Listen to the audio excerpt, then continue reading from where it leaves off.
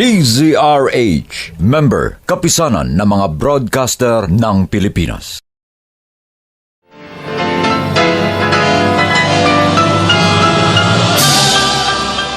Buong karangalang inihahandog ng DZRH para sa bagong milenyo ang isa pang magandang dula mula sa panulat at direksyon ni Salvador M. Royales.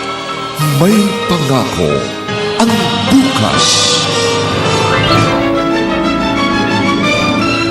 Hindi salapi ang kailangan namin kundi ang panahon at pagmamahal ninyo at ang inyong paggabay dahil mga magulang namin kayo. Pero bakit pati yun ipinagkakait ninyo sa amin? Wala na ba talaga kayong ituturong mabuti? May pangako ang bukas. Kasaysayan ng mga kaluluwang lupaypay na ang pusong hapong-hapo sa tindi ng malabis na pagdurusa. Subalit sa kabila ng lahat, huwag kalilimutang paglipas ng isang dapit hapon ay sisikat ang araw na magsisilbing tanglaw sa sinumang tinakasan na ng kawalang pag-asa. Dahil sa likod ng mga hinagpis ay may naghihintay na ligaya. Sa bawat kabiguan ay may makakamit na tagumpay, laki pang pangarap na sa bawat himaymay ng laman ay muling mabuhay ang dugong nananalaytay sa mga ugat at unti-unting mauusal ang mainspirasyong mga katagang. May pangako ang bukas.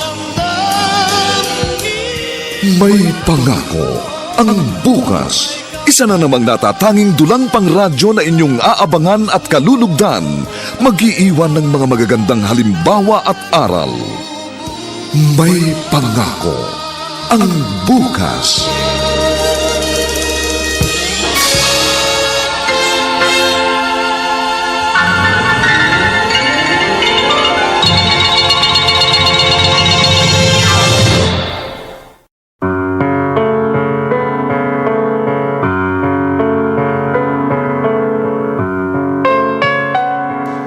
Magandang umagang muli sa inyong lahat mga giliw naming taga-subaybay.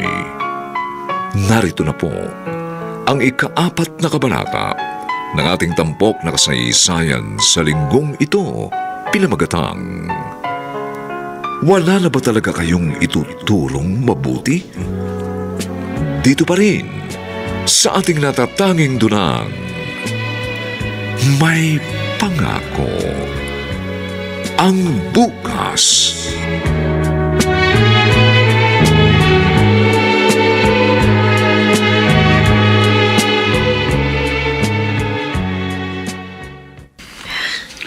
Umalis na sila, Jason. Wala man lang silang ginawa para sa atin. Di ko naman inaasahang tutulungan nila tayo. Pero nagbakasakali pa rin ako. Kaya tinawagan ko si Tay. Pero pareho tayong nabigo. Hindi ko na alam kung paano pa tayo ngayon makakapagtrabaho. Hindi wala tayo na iligtas na damit. Bigat ng pagsubok na ito sa atin, Jason. Sorry, ate. Kung hindi ako nagbisyo, hindi mangyayari sa atin ito. Patawarin mo ako. Pangako. Ngayon magiging matatag mo na akong katuwang sa pag-aayos ng buhay natin. Salamat, Jason. Dahil talagang kailangan magtulungan tayo para magkaroon pa rin tayo ng magandang kinabukasan. Kahit wala ng ating mga magulang.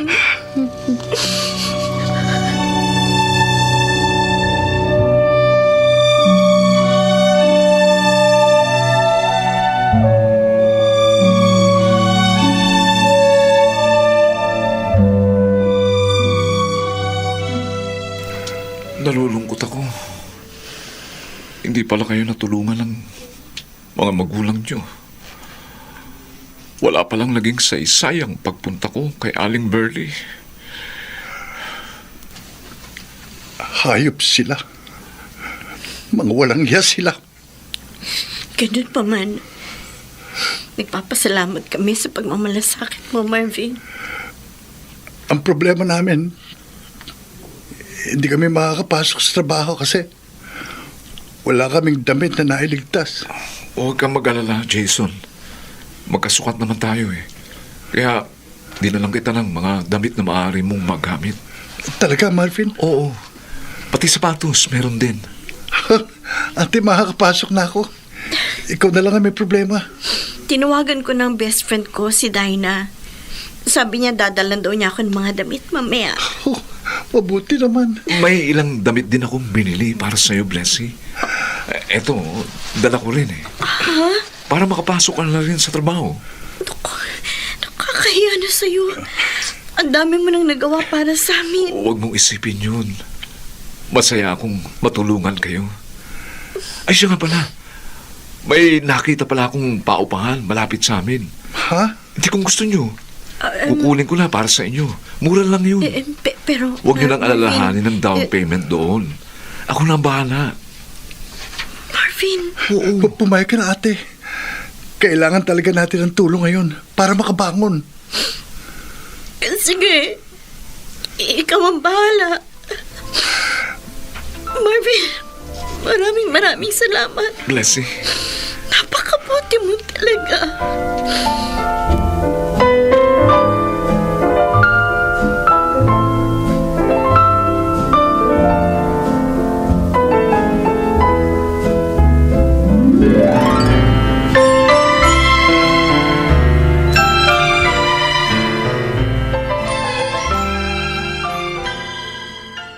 Wala na pala sa evacuation center ang mga anak mo. Nasaan na raw? Ihinto mo nga muna yung pag-inom mo ng alak. Ayan. Ang sabi ni Siwang, yung chismos ang kasama ko nagtitinda rin sa palengke, iniyu pa raw ng bahay ng Marvin. Sino ba yung Marvin na yun? Kaibigan ni Blessy. Kaibigan nga kaya? Eh baka nobyo niya na yun. Ewan ko. Sabi niya no, kaibigan niya. Sa bagay, dapat nga mag-asawa na yung panganay mo eh. Pero meron nang magpakain sa kanila. Nang hindi ko sino-sino yung inaabala nila.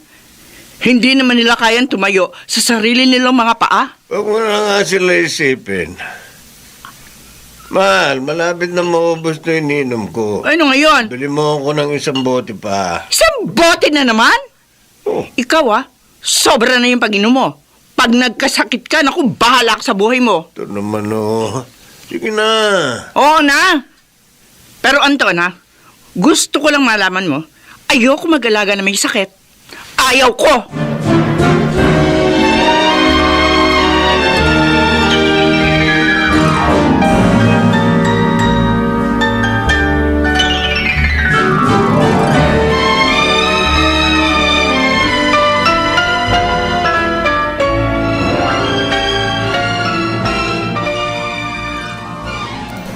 Ang bait talaga ni Marvin, no, te?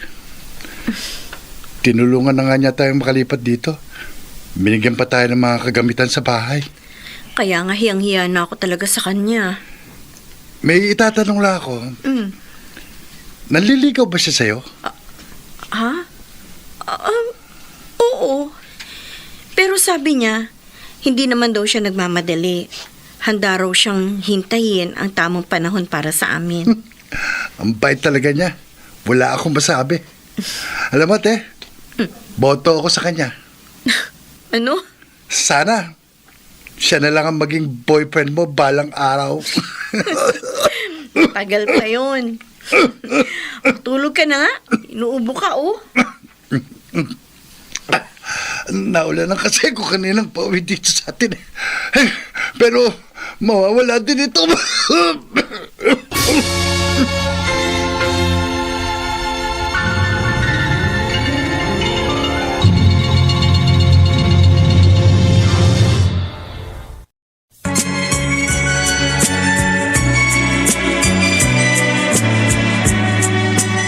At ngayon, balikan natin ang tampok na kasaysayan sa ating dulang.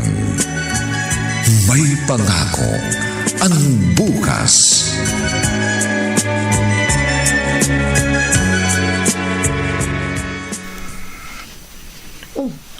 Tanghali na.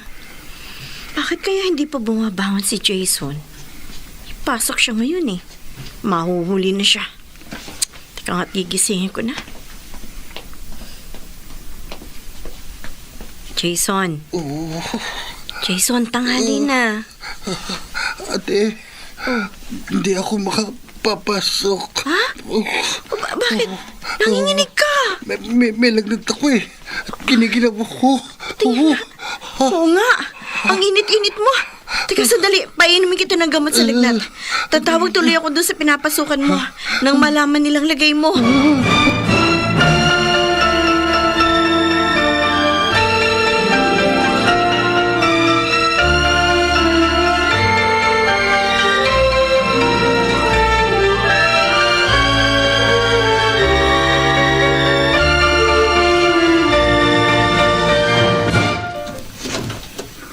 Ikaw?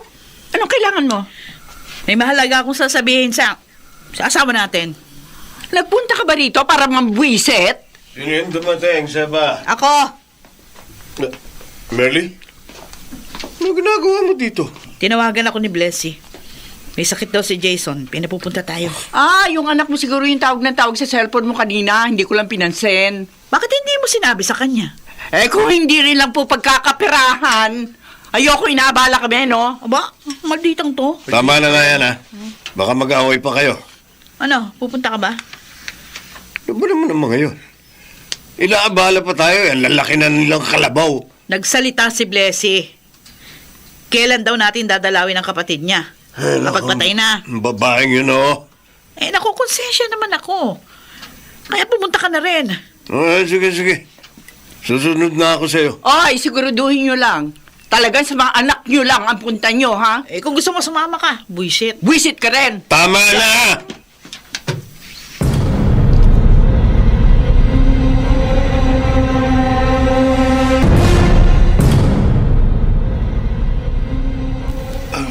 Salamat po. Tinalaw niyo ako, Nay, Tay. Ba't naman kasi hindi ka nag-iingat eh?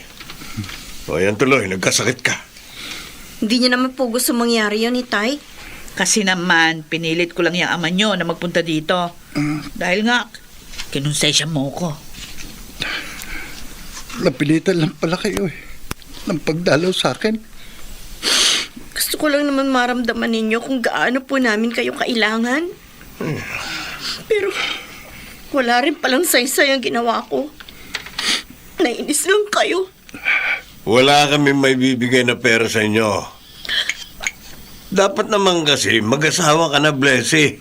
Para may tumulong na lagi sa inyo kung hindi nyo kayang tumayo sa sarili nyo mga pa. Tay! Oo nga. At ikaw naman, Jason, ha? Mag-callboy ka na lang. Para kung magkasakit ka man, kaya mong magpagamot. Nang walang inaabalang tao. O kaya mag-GRO ka, Blessy. Kung ayaw mo pa mag-asawa, para magkapera kayo. Hindi salapi ang kailangan namin, kundi ang panahon at pagmamahal ninyo at ang inyong paggabay. Dahil magulang namin kayo. Pero bakit pati yun pinagkakait nyo sa amin? Wala na ba talaga kayo itutulong mabuti?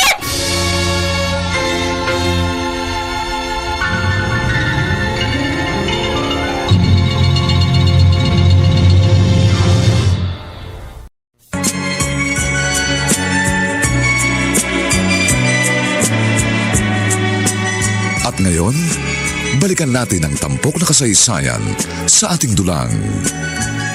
May pangako ang bukas.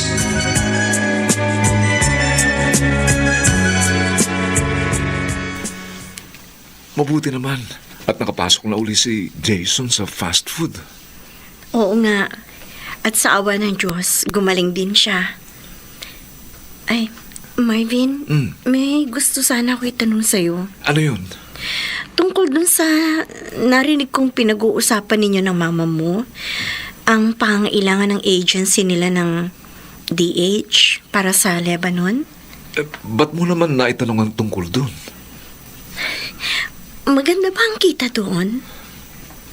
Personal na kilala ni Mama ang nangangailangan. Kaya alam niya na mahusay yung magpasweldo. At mabait rin, ha? Bakit? Huwag mo sabihin interesado kang pumasok dun.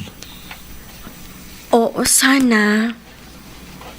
Blessy, Gusto ko makatapos sa kolehiyo ang kapatid ko at maiayos ang buhay namin.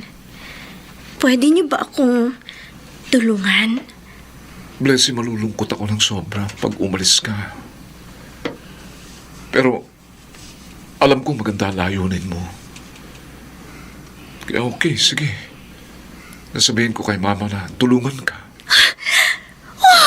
Salamat, Marvin. Maraming salamat. Niyakap mo ko. Masayang-masaya ako sa sinabi mo. Ngayon ko lalo nakita ang kadakilaan ng puso mo. Blessy. Sana mahintay mo ang pagbabalik ko.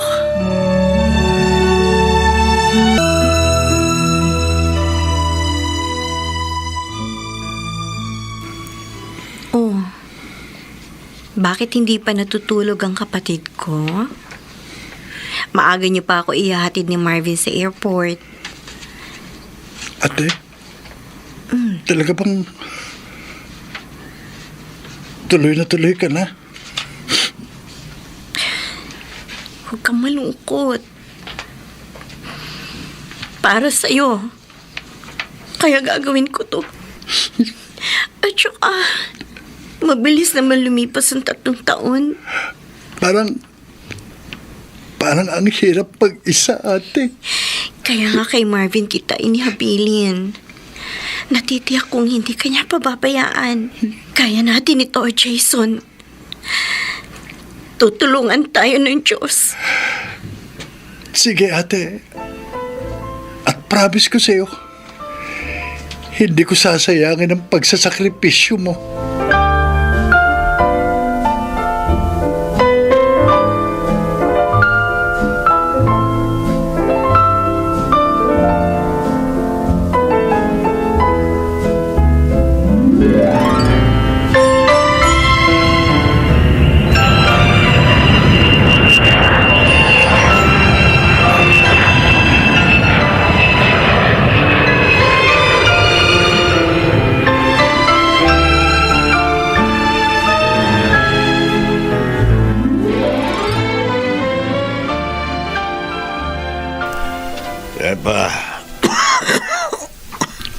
Yapa.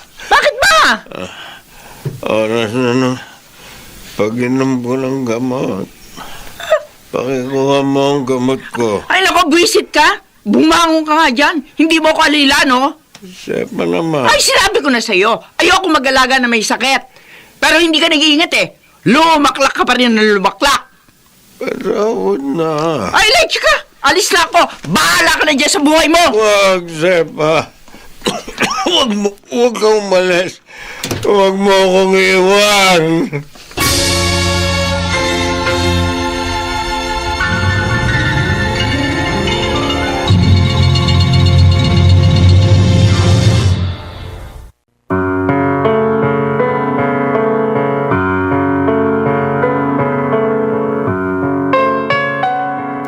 Ano ang mangyayari kay Anton ngayong iniwan na siya ni Sefa?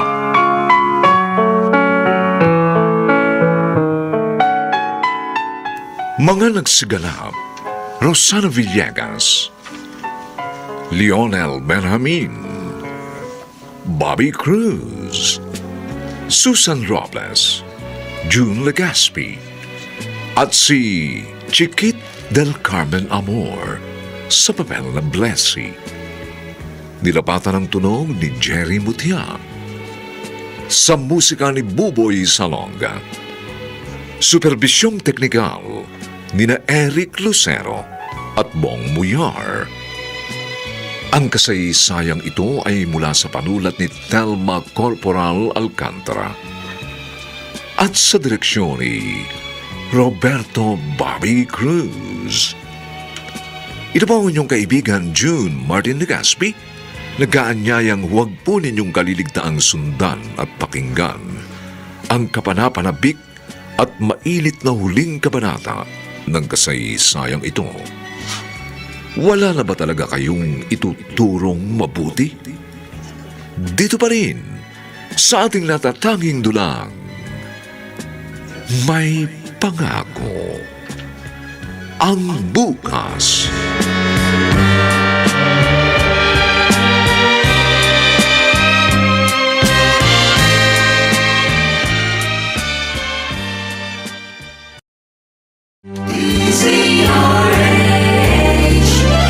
DZRH, member, kapisanan ng mga broadcaster ng Pilipinas.